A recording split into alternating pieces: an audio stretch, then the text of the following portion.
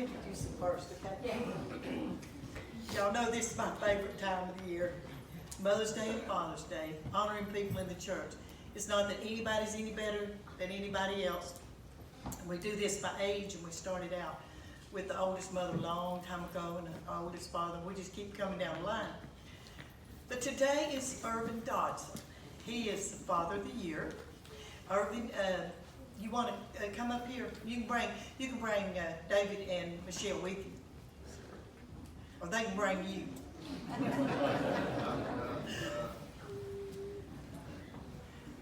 You know, Irvin, he cuts up all the time. We cut up. Everybody cuts up with Irvin, but he is one of the nicest people I have ever met in my life. Y'all would not believe outside of this church how he helps the elderly and takes care of people. It's amazing what all he does and how he shows his love.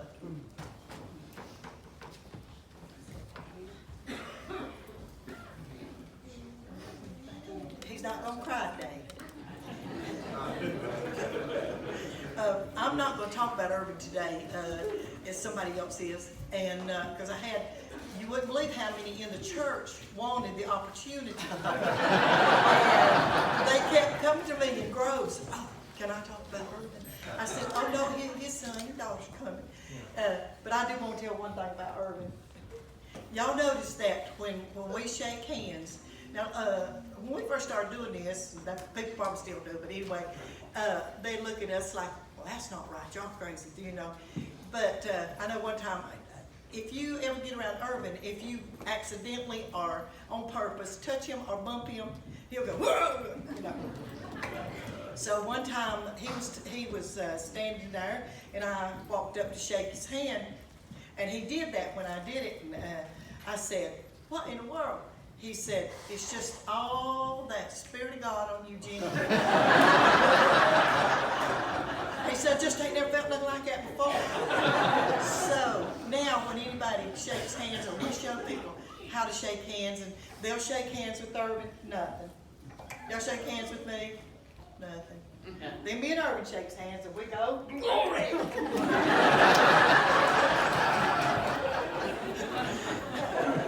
We don't mean anything bad about that, but I do know that. But, something happened one Sunday here.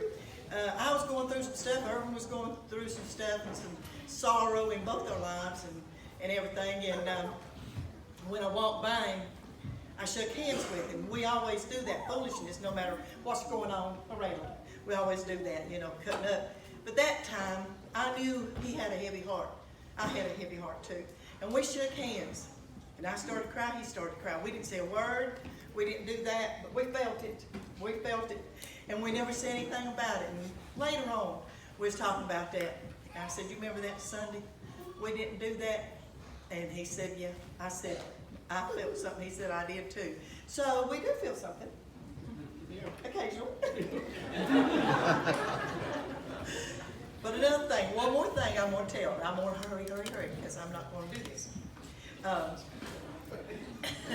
Irvin, through the years, we've known Irvin for many, many, many years.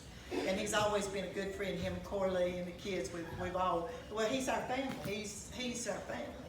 And his sisters are here today, but he's our family too. And he's always aggravating anybody about being too heavy. He'll say, how much weight you gained? How much weight you gained?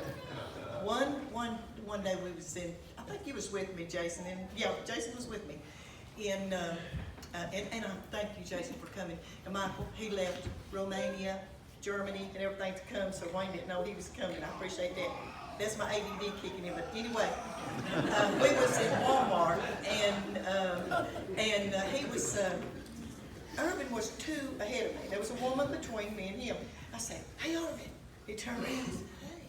And then he turned back around and he said, hey, Jenny, how much weight you lost? You looking awful. You need to quit losing so much weight. I said, just 300 pounds. Well, the lady between us, she turned around like this right here, and she goes, and Irvin got tickled, and I got tickled. Well, he was waiting out the door after I paid. And I said, Irvin, you know what that look was? He said, yeah. He just wondered what you looked like before you lost it. It's Becky's turn.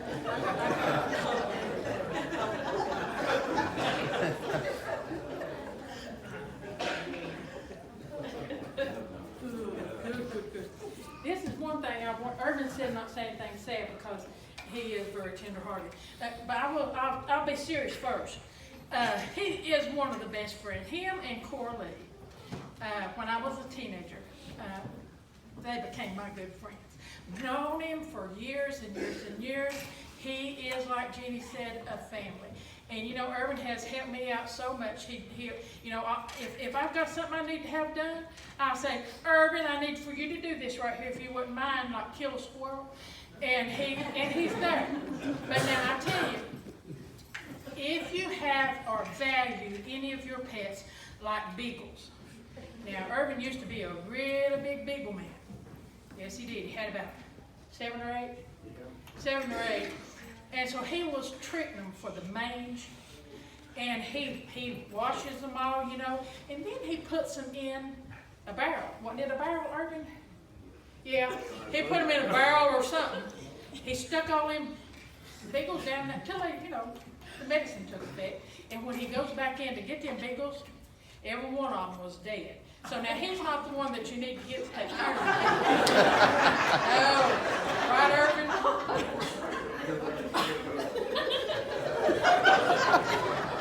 Said you killed all the beagles. Yeah.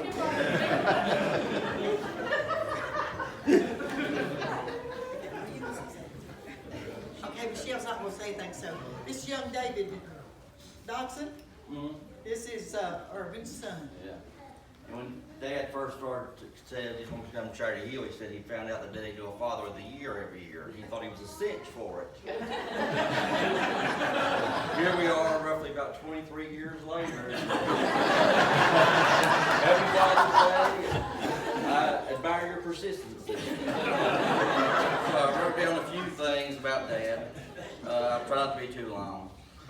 And I was sort of thinking, what can I say about Dad? You know, good stuff, bad stuff. And some things I was writing, I'm like, maybe going a bit too far. But one thing that Dad taught me, one of the most valuable lessons, if you dish it out, you better be willing to take it. And we all know Dad loves to dish it out. But I asked myself, you know, what makes a great man or a great dad? And you know, you have to look at the qualities that he's instilled in his children, you know, and what they can pass on to their children. First lesson my dad taught me was humility. And kindergarten, of course my sister, I found out, was more responsible for this than anything else, but they assigned us, you had required that we have a bus change. From kindergarten on to about the 7th or 8th grade, I rode the short bus. And right in the short bus will teach you quite a bit of humility. And you know, if y'all known Dad long enough, you know, he grew up with the comedy of Don Knotts, the stupid, dumb type comedy, you know. In 5th grade, you know, my comedic skills hadn't quite developed. Honestly, I thought the man was mentally retarded.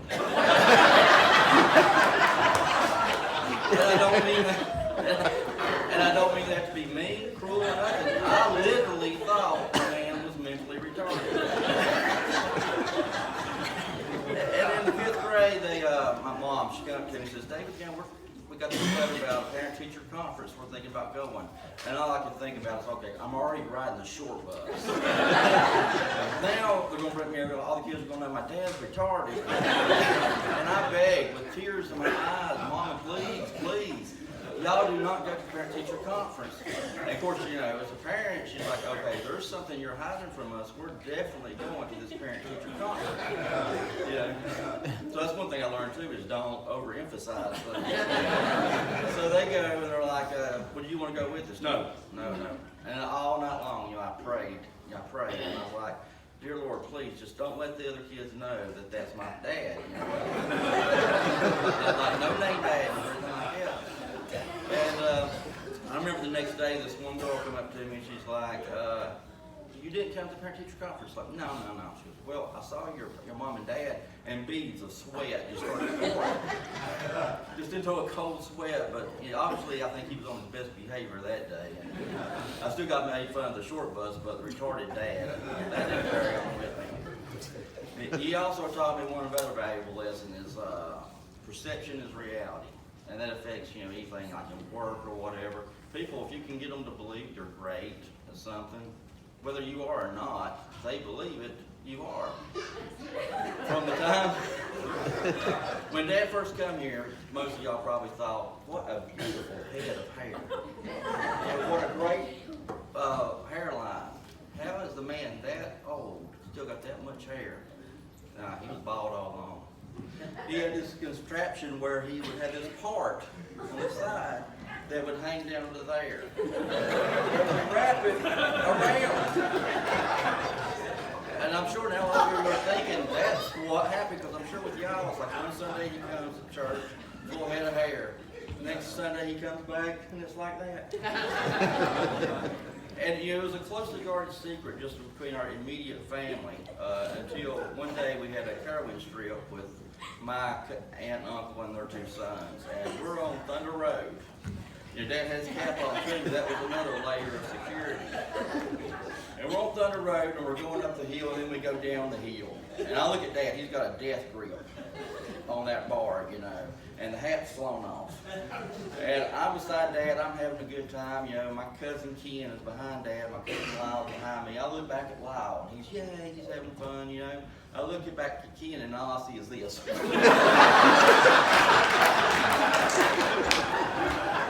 I punched Dad, and I'm like, Dad, your cover's blown.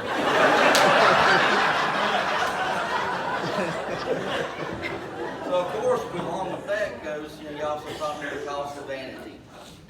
Deceiving people for all those years came at a cost. Every night before he'd get to work or in the morning before church, you'd hear the hairspray. 15 minutes of solid, you've heard it? Yeah. 15 minutes of solid spray, and you know, me and my mother were kind of the same. Anything repetitive kind of would get on our nerves. And we would just sit there just ready, you know, after years and years of this. I think she finally took all she could take and was like, Irvin, just get rid of it. Just get rid of that mess. You know, whatever.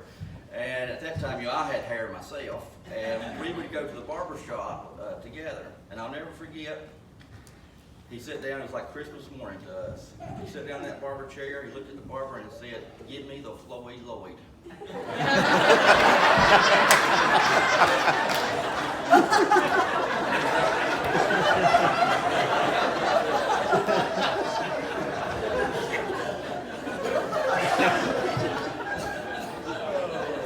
But you know, we had some fun.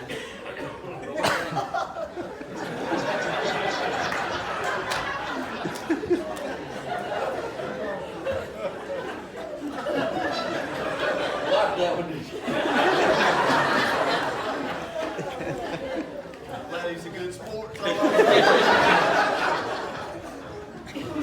you know, we had some fun. But one thing I do remember, when I was like 6, 7, 8 years old, he took me to a store, and there was a drunk in the store. He was passed out, you know, almost, and stunk. I can remember the smell. And your dad goes up to him, and it's like talking to him and says, can I give you a ride home? Do you need any help? And the man's like, no, I'm fine. And Dad knew him from somehow, work or whatever. And that man was nasty, you know, filthy. I mean, like I said, 6, 7 years old, I can still remember the smell. And I'm thinking, why are you talking to that man? You know, you're deacon of church. You wear a suit, you wear a tie. We're good, decent people, you know. And we lay out, and Dad offered him a ride, and I thought, yeah, you get him in your car, and Mom is going to kill you. And I asked him, I said, why? And he said, you know, there's no difference between you and that man. He said, when that man was born, they put him in his mama's arms, and she loved him just as much as your mother loved you. Man, his father saw that him as a child. He was as proud of him as I was of you when you were born. He said, and in that moment, that child that man now is, laying in the parking lot, right? And he was a baby that day he was born. He was perfect. He said, but something come into that man's life, or someone, and he made some bad choices, and he ended up where he is now. He says, any one of us, end up that way. The thing my dad really taught me was, you're no better than everybody else. That's right. That's right. It's only by the grace of God You're right. that we are where we're at right now today. That's right. And another thing I'd like to say about it, what makes me great, Dad don't have statues, he don't have a wiki page. But when I worked at Chathams, and people find out he was my dad, they'd come up to me and say, Irvin Dawson, that's your dad. I'm like, yeah. And he always had a smile. The first time I'm like, okay, I didn't think nothing about it. Second time, I'm thinking, what's so funny? What's the joke, Third or fourth time, I finally just asked, I said, why are you smiling? And they're like, oh, well, I'm just thinking of something he said the other day, or something, he did this one day, or whatever. So the next person come up, you Irvin Dawson's dad, the son? I'm just smiling, and I'm like, yeah, that's why you got a story. They're like, oh yeah, I got a story about your dad. And they all had a story, and I never once had somebody come up and say, is Irvin Dawson your dad, and have a frame. So what makes a man great? And I believe it's when you leave either the world or the people in your world better off. And if he can leave everybody with a smile on their face, I think that's pretty good. Amen. Amen.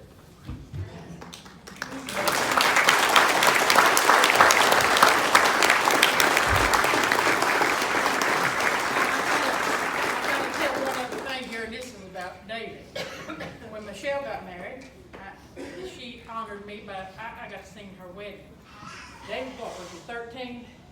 Probably Something like that, He'd stand down there and he just all dressed up in his tuxedo and he was down at the end of the church, and I was walking down in there. I don't think it was time to be funny, but I'm telling you the dying truth, this is what he said to me.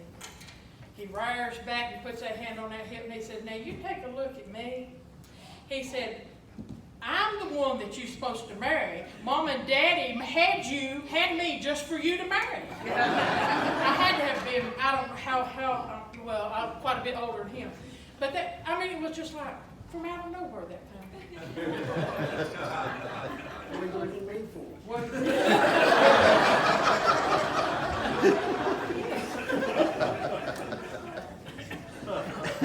All right, I've been waiting for this for 19 years, right here. I sure do love Brother Irvin Dotson, and I am glad today that I'm going to be able to give him his award, because he probably won't never be back after this.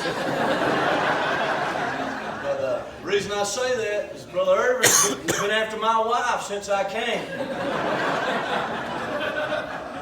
If Miss April would wear a dress that touched her knee, this is the truth, he'd say, looking pretty sleazy this morning, Miss April. Well, the next week she'd come in with one to her ankles and he'd say, what'd you do, turn Amish or something?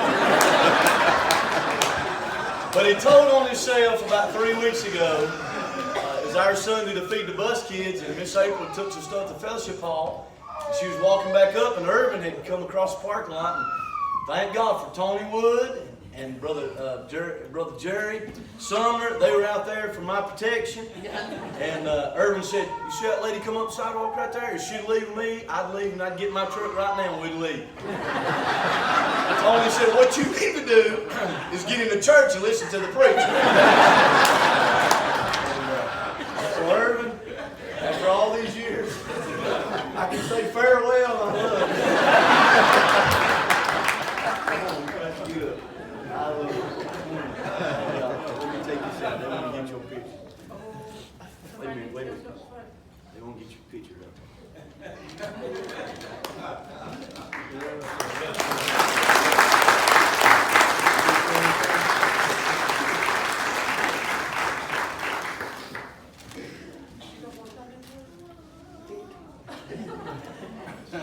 That's the first time. It's not been a Amen. Let's stand and give Irvin a standing ovation.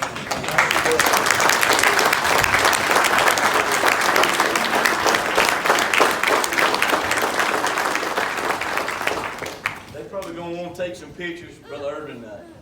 In all honesty, I can honestly say that he's been one of my biggest fans and biggest helps since I've been here. He came and heard me preaching revival 2 weeks ago. And he came, I didn't even tell my wife this. He came out the back door and he said, "Preacher, I believe that's the best I've ever heard you preach." He said, "I don't know, it ain't the best message I've ever heard in my life." And I just want to say, that don't have anything to do with me. To God be the glory for it. But he's always been a help and an encouragement. And there's one thing I can say as a pastor. I'd love to have 50 men in the church, just like never heard one complaint, never heard nobody in the community, nor in the world that's been around me say anything negative about Irvin Dodson. And I thank God for him. I sure do love him. Miss Corley, they've been a blessing all these years. And I'm glad Brother Irvin's still part of us, and I love him. And so I'm not going to make him go to the back door, but if you want to come by and tell him how much you love and appreciate him, and I'm sure they're going to get some pictures. And then to all the fathers, if you'll go out the back door, we've got something for you today. And I appreciate Miss Becky and Miss Jeannie taking care of this. You want to say anything? Well, I was going to say anything, but Ron asked Eddie if he wanted to say something. He said, "I can't talk." So I'll try to do it for him. And what I have on my heart is I want to thank y'all for recognizing Eddie today. I want to thank you for being so good to him and supporting him and loving him. I know sometimes it's probably hard to take some of what he dishes out, but he loves y'all. We as a family love y'all. You've been a part of my life since I was a little girl. And I love this church. I love each and every one of you. Thank you for what you did for Daddy today. I wasn't going to speak because I'm the blubber. I'm basically Daddy in a skirt.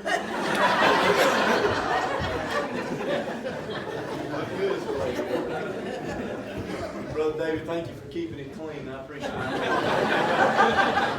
Go away, pray it. Come back Wednesday night, pray it. Sure is good to see you in the house, Lord. I hope you have a wonderful Father's Day. Spend it with your father.